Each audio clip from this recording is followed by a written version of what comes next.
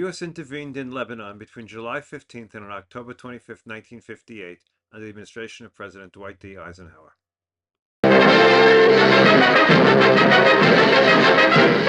In the wake of the stunning Iraqi revolt, America intervenes in the explosive Mideast crisis.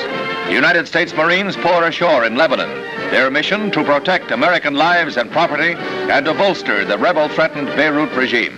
Curious and sometimes cheering crowds gather in welcome, making this one of the strangest operations of its kind in the history of the Corps.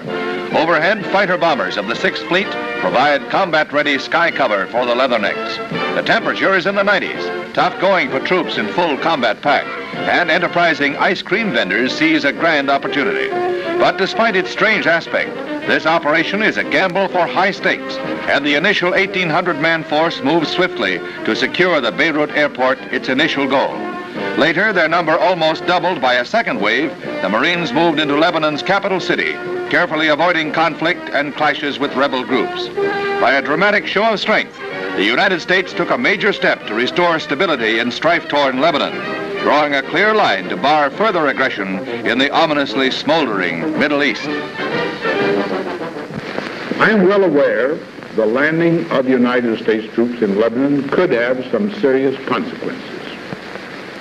That is why this step was taken only after the most serious consideration and broad consultation.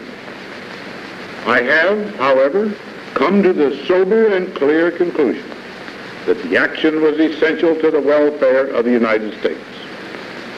It was required to support the principles of justice and international law upon which peace and a stable international order depend.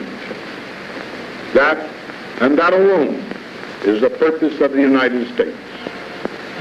We are not actuated by any hope of material gain or by any emotional hostility against any person or any government. Our dedication is to the principles of the United Nations Charter and to the preservation of the independence of every state. That is the basic pledge of the United Nations. Even as the President's words were beamed to the nation and the world, a massive buildup was underway. A powerful force from the 2nd Marine Division at Camp Lejeune emplaned at Cherry Point, just one unit in the vast redeployment to back up the 5,000 already committed. Round the clock, a mighty airlift was underway.